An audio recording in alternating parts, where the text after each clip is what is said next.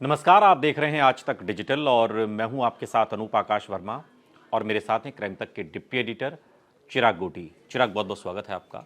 खबर उत्तर प्रदेश के सीतापुर से है, जिसका एक एपिसोड आपने कल देखा होगा जो हमने बनाया था।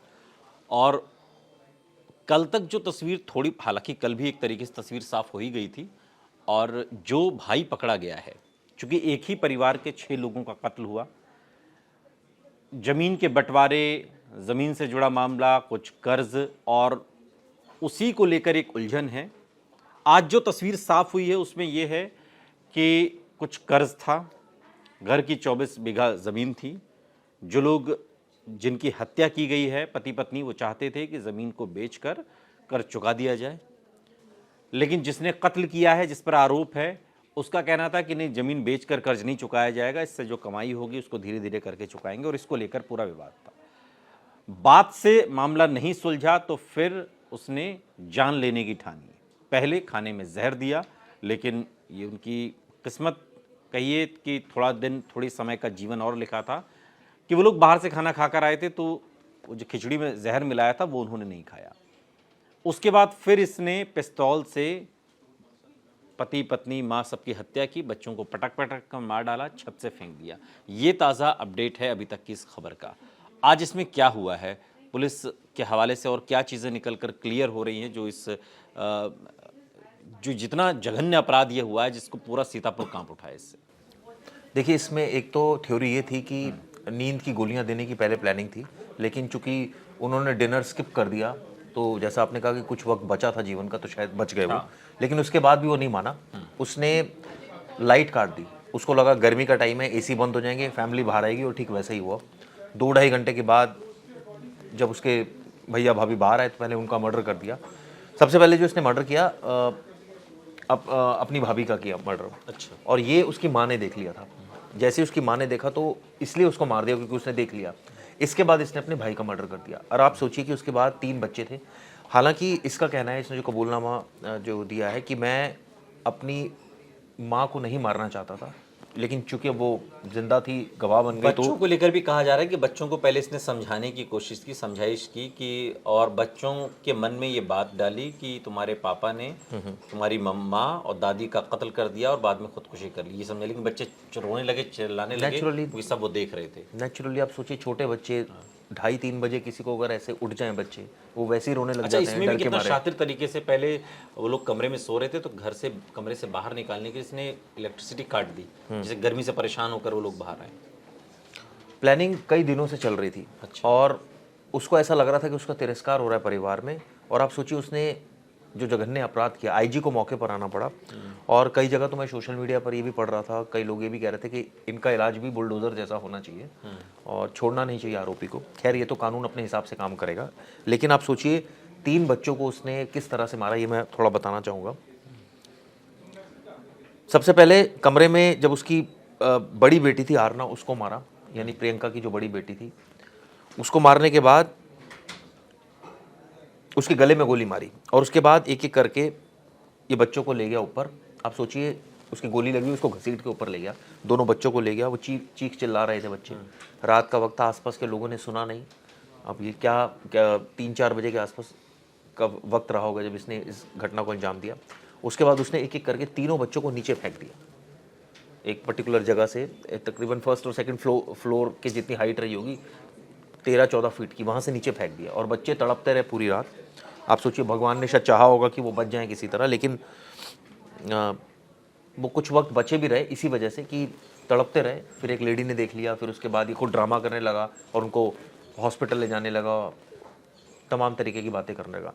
तो आप सोचिए किस तरह का, किस मानसिकता के आदमी है। लेकिन कि इसमें क्या जो वजह बताई जा रही है, वो वजह क्या यही है कि चूंकि ज़मीन को लेकर एक दिक्कत, विवाद चल रहा था, पहले 40 बीघा थी, उसका जिस तरीके से बंटवारा हुआ उससे भी ये नाखुश था, और उसके बाद फिर कहा जा रहा है कि जो कर्ज था पहले का, उसको चुकाने के लिए जो जिनका मर्डर किया, जिनकी हत्या की है, वो लोग चाहते थे कि ज़मीन को बेचकर कर्ज चुका दिया जाए, लेकिन ये उसके फेवर में नहीं था।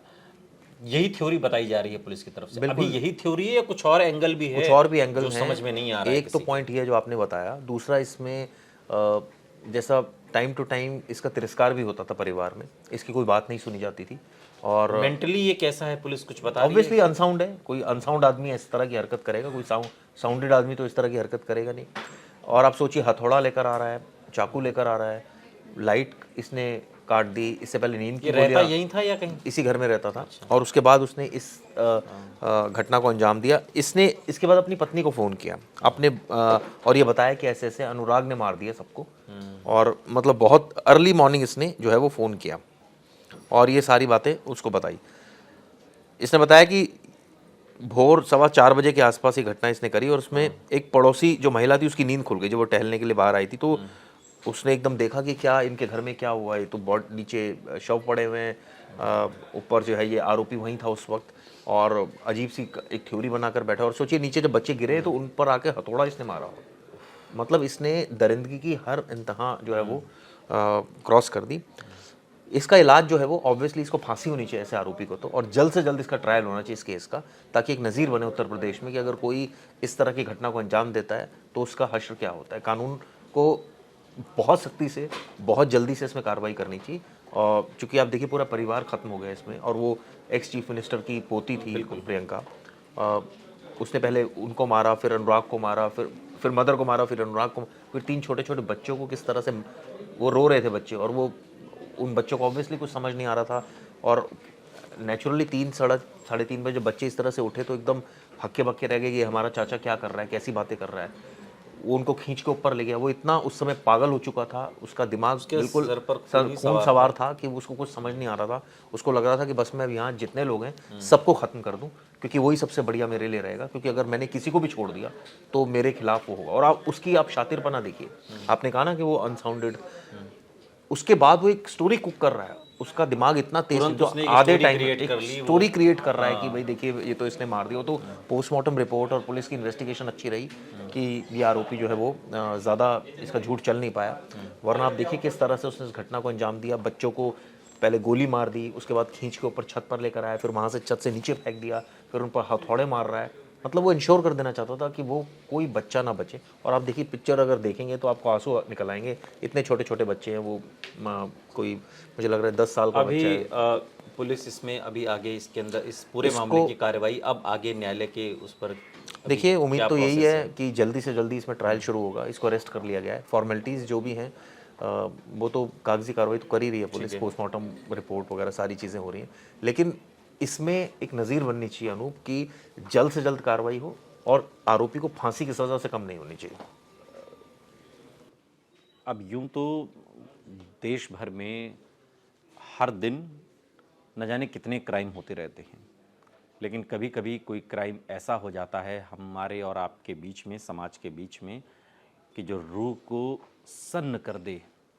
बिल्कुल साइलेंट हो जाएं आप, कुछ बोलने कुछ कहने की स्थिति में ना रहें। सीतापुर का यह हत्याकांड एक ऐसा ही जघन्य अपराध है जो कभी भुलाया नहीं जा सकता। एक ही परिवार के 6 लोग और इतनी बेरहमी से कत्ल उनका कर दिया गया, और वजह वही ज़मीन जायदाद का झगड़ा।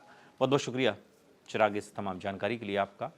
यहाँ रुक रहे हैं, लेकिन आप कहीं जाइएगा नहीं, बने रहिए हमारे साथ, देखते रहिए आज तक डिजिटल।